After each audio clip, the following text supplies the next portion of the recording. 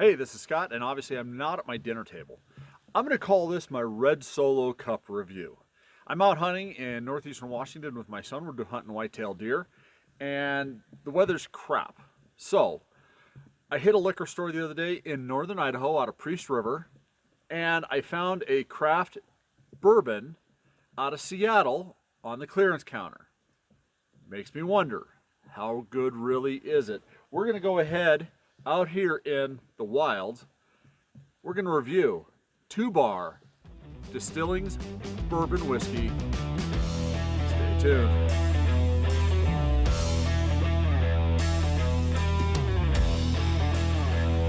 Hey, you are tuned in to the Rookie Wine and Whiskey Enthusiast channel, YouTube's primary channel reviewing Washington State wines and spirits, but not exclusively.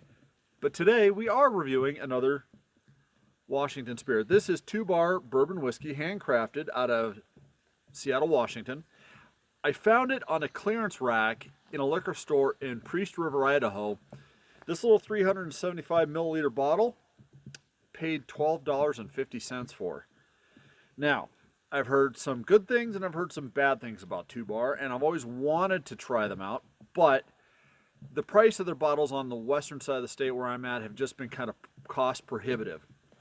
And now I'm also, you'll notice, doing a red solo cup or red party cup. Obviously, carrying a Glencairn out in the woods is not something you would normally do. Now, 2 Bar, everything, all the grains are grown in the Pacific Northwest. 95%, according to their website, 95% of the grains are grown in the state of Washington. 5% are grown in Oregon. They don't release the mash bill. There is no age statement on this. It's not even labeled straight. But they are aged in 15-gallon barrels with a level 3 char. So let's go ahead and open this up. Different. All right. Obviously, the nosing is going to be a little bit different than with my Glencairn. I get a little bit of a sharp oak bitter note to it.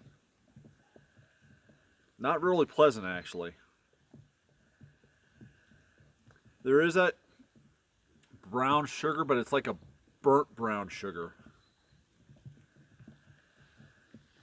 Not getting a whole lot of nose on this wide mouth red solo cup. I guess we're just gonna have to taste it.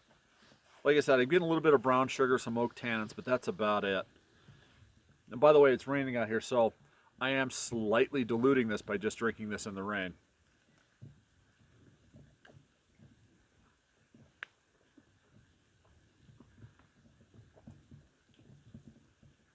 Okay, I get a little bit more. This is a very thin bourbon.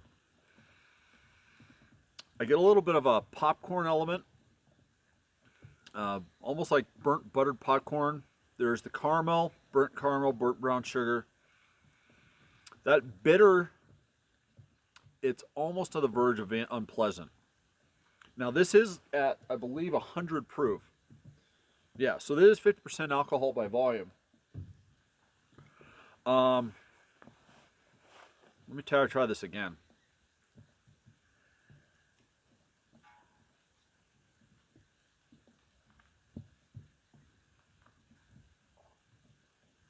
Okay. I got you get your standard bourbon notes. Like I said, to me though, it's coming across as burnt and thin. Be honest with you, there's a reason why this was on the clearance shelf. Now, according to their website, they are coming out with an age-stated bourbon, but if they're only aging them in 15-gallon barrels,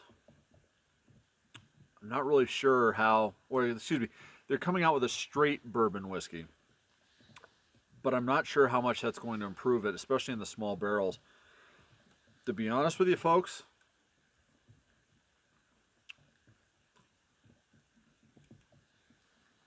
I'm not going to buy this again. I'll go to the distillery. The distillery's in South Seattle, and maybe I'll try it. Maybe they've improved, but as of right now, I'm not going to pour this out. but I will pour that out. That is a not buy. I don't even want to give it a numbered rating. And like I said, to be fair, I'm drinking it out of a party cup, and it's like I said, it is what it is. So that being said, if you guys like this review, my little maybe I'll call this my Red Solo Cup series, where I'm out and about doing things like this. Hit the thumbs up button. Appreciate that. Have you guys had 2-bar whiskey?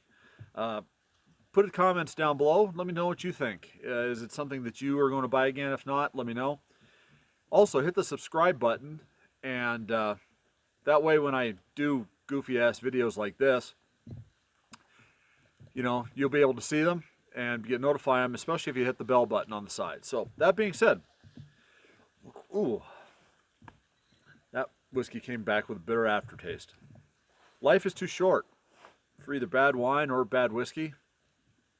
This is not a good whiskey. It's not a bad one, but it's not a good one either.